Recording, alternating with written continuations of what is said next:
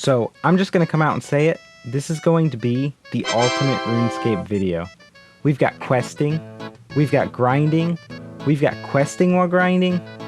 Oh crap, I better write another script. That's every RuneScape video. But before you do that, go ahead and leave a comment on what you'd like to see in the series, so I can get a good idea of the direction everyone wants this to go. It really helps me out. So, coming off of our slow questing in my last video, I decided some grinding was in order. But not any grinding. We're going to be getting into thieving. Easily one of the most moral of the professions. If they're willing to let it be stolen, why shouldn't we take it? Actually, never mind, that sounds pretty bad. But before that, a message from our sponsor. Do you enjoy chopping logs all day? Do you get distracted easily and find yourself getting lost in the log grind? Especially when you should be thieving? Well, me too, and that's what meditation is for. This video is sponsored by Old Fashioned Meditation. Don't be like Siege, meditate.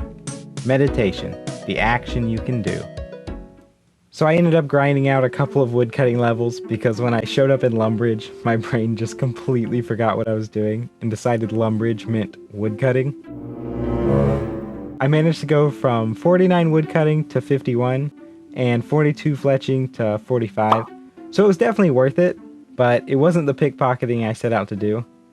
But I did eventually remember to go pickpocketing. I started out on the Lumbridge Min and got all the way to level 15, which was my goal for going to the Ham hideout. But before going on a suicide mission with my measly level 8 defense, I needed to go do some fishing.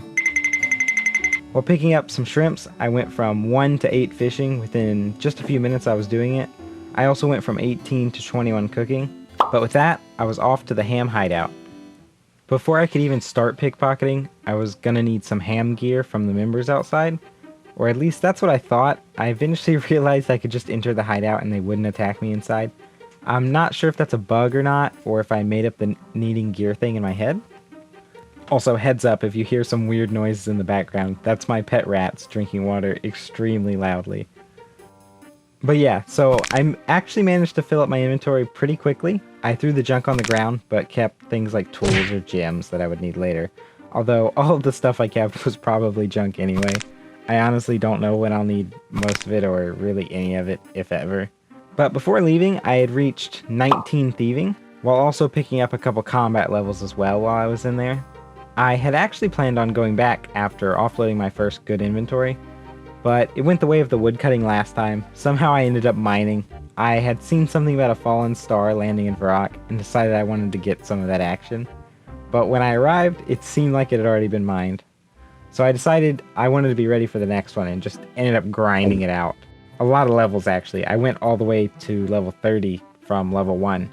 And right after I did, there was another fallen star. I think it was from a server restart. It was really amazing timing.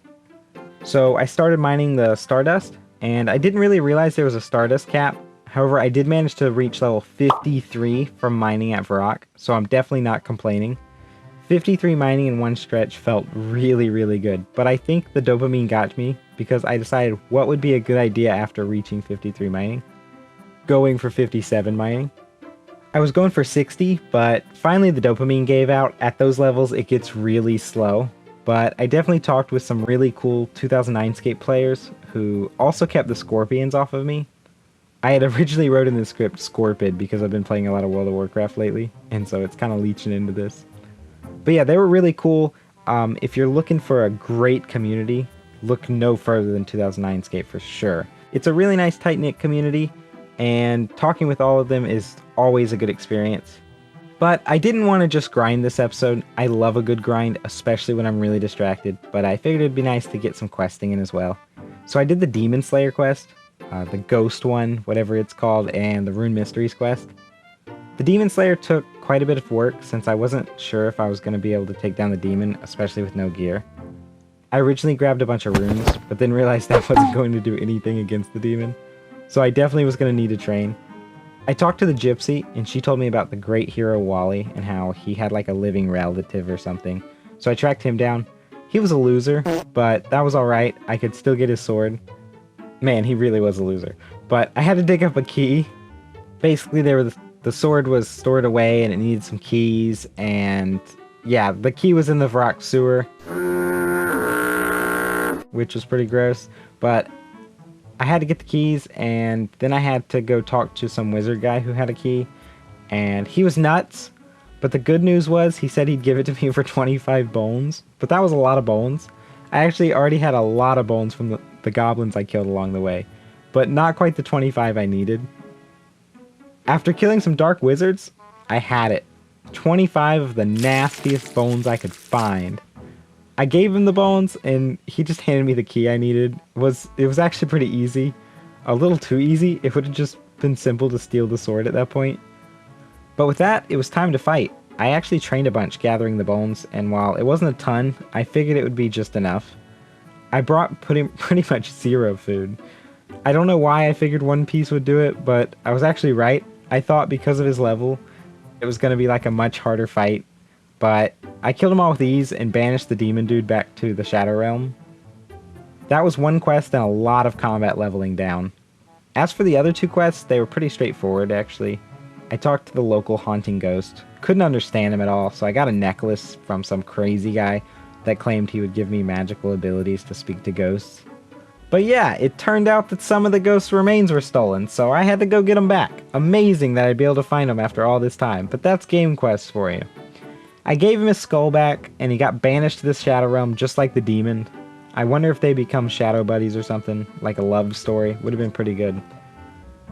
But that just left the Rune Mysteries quest, which was just as easy. I talked to a dude in Lumbridge, the Duke, the guy that wouldn't let me sit at his feast, but now he wanted a favor from me. It's really interesting how that works out.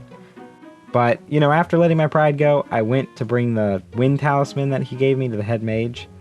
The head mage pretty much just geeked out over it and was all excited, and what a nerd.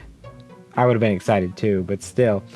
But yeah, he had me teleport to Varrock to talk to the rune shop guy, gave him some stuff, which then he sent me back and gave a long speech, but after that I was good to go. I could mine rune essence, pretty easy quest to get down.